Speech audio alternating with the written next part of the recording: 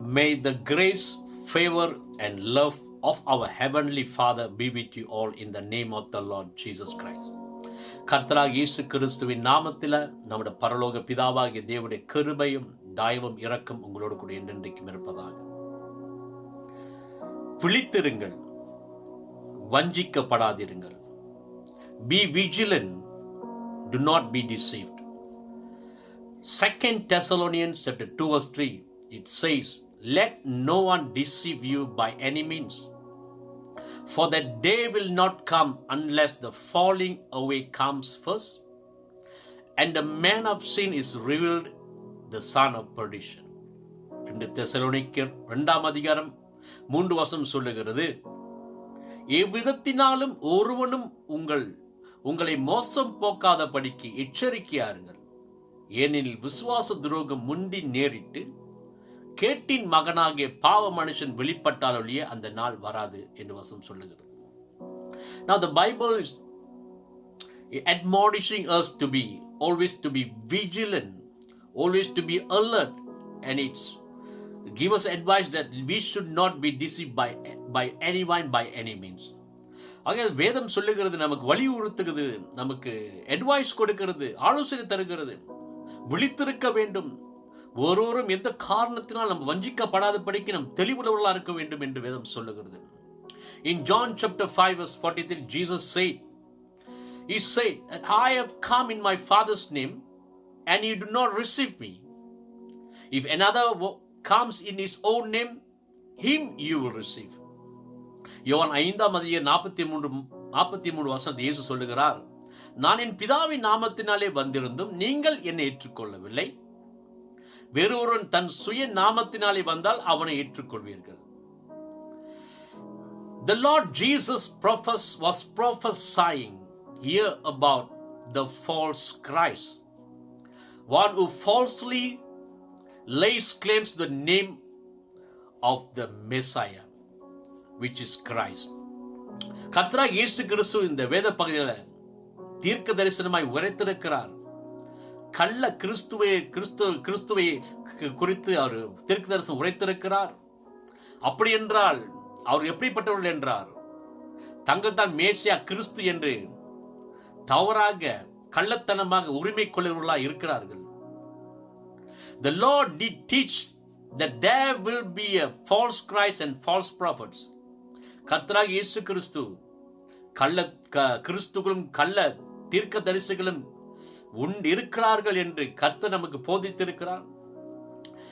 And also in 1 John chapter 4 verse 1-3 it says, beloved, do not believe every spirit, but test the spirits whether they are of God, because many false prophets have gone out in the world. By this you know the Spirit of God. Every spirit that confesses that Jesus Christ has come in the flesh is of God. And every spirit that does not confess that Jesus Christ has come in the flesh is not of God. And this is the spirit of the Antichrist, which you have heard was coming and is now already in the world. 1 யோவான் 4 அதிகாரம் 1-3 வசனம் கூட நம்ம சொல்லுகிறது, பிரியமானவர்களே, உலகத்தில் அநேக கள்ளத்தீர்க்க தரிசிகள் தோன்றியிருப்பதனால் நீங்கள் எல்லா ஆவிகளையும் நம்பாமல் அந்த ஆவிகள் தேவனால் உண்டானவைகளோ என்று சோதித்தறியுங்கள். தேவ ஆவியை நீங்கள் எதினாலே அறியலாம் என்றால், மாம்சத்தில் வந்த இயேசு கிறிஸ்துவை அறிக்கை பண்ணுகிற எந்த ஆவியும் தேவனால் உண்டாயிருக்கிறது. மாம்சத்தில் வந்த இயேசு கிறிஸ்துவை அறிக்கை பண்ணாத எந்த ஆவியும் தேவனால் உண்டானதல்ல. வரும் என்று நீங்கள் கேள்விப்பட்ட அந்தி கிறிஸ்துடைய ஆவி அதுவே, அது இப்பொழுதே உலகத்தில் இருக்கிறது என்று சொல்லுகிறது. Now Bible clearly says those spirit that does not confess that Jesus Christ come in the flesh is not of God. வேதவசனம் சொல்லுகிறது, இயேசு கிறிஸ்து மாம்சத்தில் வந்த இயேசு கிறிஸ்து அறிக்கை பண்ணாத எந்த ஆவியும் அது அன்டு கிறிஸ்துவின் ஆவிய தேவனிடத்தில் வராத ஆவி என்று நம்ம அறிந்து கொள்ள வேண்டும். In 2 John chapter 1 verse 7 the Bible says, it also admonishing us that those who are not confess that Jesus come in the flesh and they are the antichrist. 2 யோவான் 1:7 கூட சொல்லுகிறது, for many deceivers have gone out in the world who does not confess Jesus Christ is coming in the flesh. This is a deceiver and antichrist. 2 யோவான் 1:7 சொல்லுகிறது, மாம்சத்தில் வந்த இயேசு கிறிஸ்துவை அறிக்கை பண்ணாத அநேக வஞ்சகர் உலகத்திலே தோண்டி இருக்கிறார்கள். இப்படிப்பட்டவனே வஞ்சகனும் அந்தி கிறிஸ்துமா இருக்கான்னு வசனம் சொல்லுகிறது. The Bible clearly admonishing and it tells us that many deceivers has gone out in the world. These deceivers, they do not confess Jesus Christ as coming in the flesh. வேதம் சொல்லுகிறது, அநேக வஞ்சகர் உலகத்துல போய் இருக்கிறாங்க. இவங்க எப்படிப்பட்டவர் என்றால், இயேசு கிறிஸ்து மாம்சத்திலிருந்து வரல, மாம்சத்தில் வெளிப்பட்ட கர்த்தர் தேவன் என்று அவங்க அறிக்கை பண்ண மாட்டாங்க. இவர்கள் தான் அந்தி கிறிஸ்து வஞ்சகர்களா இருக்கார் என்று வசனம் சொல்லுகிறது.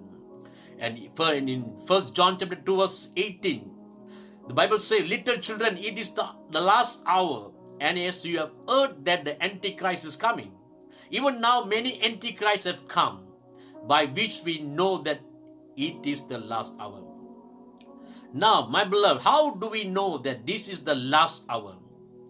We know that the many antichrists have come in this last days, and we have heard that antichrist is coming, and even now many antichrists have come, and we know that this is the last hour. கிறிஸ்து அருமையான, எப்படி நாம் கடைசி காலம் என்று அறியலாம் என்றால், வேதம் சொல்லுகிறது 1 யோவான் 2:18, பிள்ளைகளே இது கடைசி காலமா இருக்கிறது, அந்தி கிறிஸ்து வருகிறான் என்று நீங்க கட்டப்படி இப்பொழுதும் அநேக அந்தி கிறிஸ்துகள் இருக்கார்கள், அதனாலே இது கடைசி காலம் என்று அறிகிறோம் என்று வசனம் சொல்லுகிறது. So we know that this is the last hour because a lot of many antichrists gone out into this world deceiving the people of God and also the people of this world. So we know that this is the இது கடைசி காலம் என்று அறிந்திருக்கிறோம். அநேக அந்தி கிறிஸ்துவ உலகத்தில் போய் தேவ பிள்ளைகளும் அநேக ஜனங்களை வஞ்சித்துக் கொண்டிருக்கிறார்கள் என்று அறிந்து கொள்கிறோம். Now the antichrist, in Greek it called antichristos, meaning it's one who puts himself in the place of Christ and opposes Christ. ஆகையால் கிரேக்க வார்த்தையில இந்த அன்டி கிறிஸ்து என்று அர்த்தம் என்னவென்றால், அன்டி கிறிஸ்தோஸ் அப்படி இருக்க அர்த்தம் என்னவென்றால், அந்த நபர்கள் தங்கள் கிறிஸ்துவின் இடத்துல தங்களை வைத்துக் கொண்டு கிறிஸ்துக்கு எதிராய் செயல்படுகிறவர்கள், அவர்கள் தான் அன்டி கிறிஸ்துவா இருக்கிறார்கள். Now Jesus also said that if another comes in his own name you will receive. இயேசு சொல்லி இருக்கிறார், வேறொருவன் தன் சுய நாமத்தில் வந்தால் அவனை ஏற்றுக்கொள்வீர் என்று தீர்க்கதரிசனமாக சொல்லி இருக்கிறார். Now Jesus know what he was talking about. கர்த்தர் இயேசு கிறிஸ்து இந்த வாசகத்தை குறித்து என்ன அர்த்தப்படுத்தி சொல்லியிருக்கார் என்று அவருக்கு தெரியும். Now the Bible also tells us that the Antichrist will be a deceiver and a liar, and that major religious leader will endorse him. ஆகையால் வேதம் மிக தெளிவாக சொல்லுகிறது, அன்டி கிறிஸ்து இந்த ஆவி, ஏமாத்துகிற ஆவியும் இது வஞ்சகத்தின் ஆவி என்று அறிந்து கொள்ளுகிறோம். இன்னைக்கு அநேக மத போதகர்கள், மத தலைவர்கள் இந்த அன்டி கிறிஸ்துவின் ஆவியை அவங்க அங்கீகரித்துக் கொள்ளுகிறார்கள். Because there were people like that in the Bible days who endorsed the false prophets and killed God's prophets. இன்னைக்கு வேதத்தில் கூட வேதம் நமக்கு மிக தெளிவாக சொல்லியிருக்கிறது, இந்த அநேக இப்படிப்பட்ட வஞ்சகர்கள், இந்த மத தலைவர்கள் தவறான கள்ள தீர்க்கதரிசிகளை ஏற்றுக்கொண்டு அங்கீகரித்துக் கொண்டு தேவ தீர்க்கதரிசிகளை கொலை செய்தார் என்று வசனம் சொல்லுகிறது. It is the same thing that the world today many have chosen to be deceived. இன்னைக்கு அநேகர் ஏமாற்றப்படுகிறது, வஞ்சிக்கப்படுகிறது, தேர்ந்தெடுக்கப்பட்டு விட்டார்கள். ஆகையால் இந்த காலத்தில் இதே வேதத்தில் எப்படி ஜனங்கள் வாழ்ந்தாலும் அதே வகையில் இந்த உலகத்தில் அநேகர் வாழ்ந்து கொண்டிருக்கார்கள்.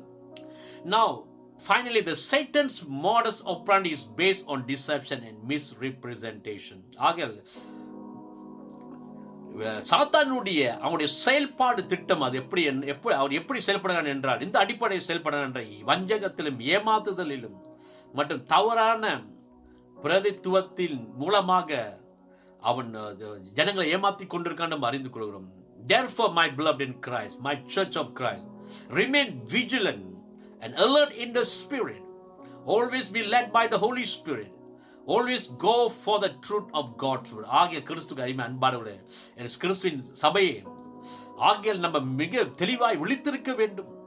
ஆவியிலே விழிப்புணர்வுகளா இருக்க வேண்டும். பரிசுத்த ஆவியில் நடத்தப்படுவர்களா இருக்க வேண்டும். எப்பொழுதும் தேவனுடைய சத்திய வார்த்தைக்கு நம்ம செல்கிறவர்களா இருக்க வேண்டும். வேதத்தை தியானிக்கிறவர்களா இருக்க வேண்டும்.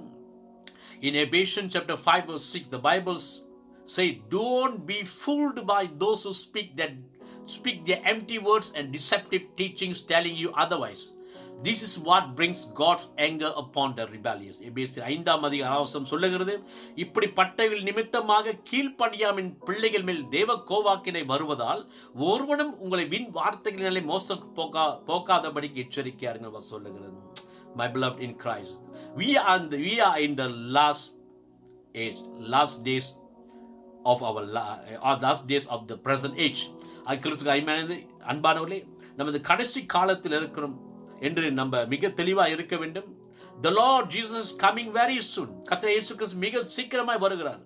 So we shouldn't be deceived by any of these false prophets and false antichrist. ஆகிய இந்த கர்த்தர் இயேசு கிறிஸ்து வரப்போகிறார். ஆகிய இந்த நாட்கள் எந்த கள்ள கிறிஸ்துவினாலும் கள்ள தீர்க்கதரிசியாலும் ஏமாற்றப்படக்கூடாது. So let us be alert and be ready for the coming of the Lord Jesus Christ. ஆகிய நம்ம எல்லாவற்றும் தெளிவுள்ளவர்களாக இருந்து விழிப்புணர்வுள்ளா இருந்து கர்த்தர் இயேசு கிறிஸ்து வருகைக்கு ஆயத்தமாக்கிக் கொள்ளும். கர்த்தர் உங்கள் ஆசீர்வதிப்பார். May God bless you. Amen. Amen. Amen.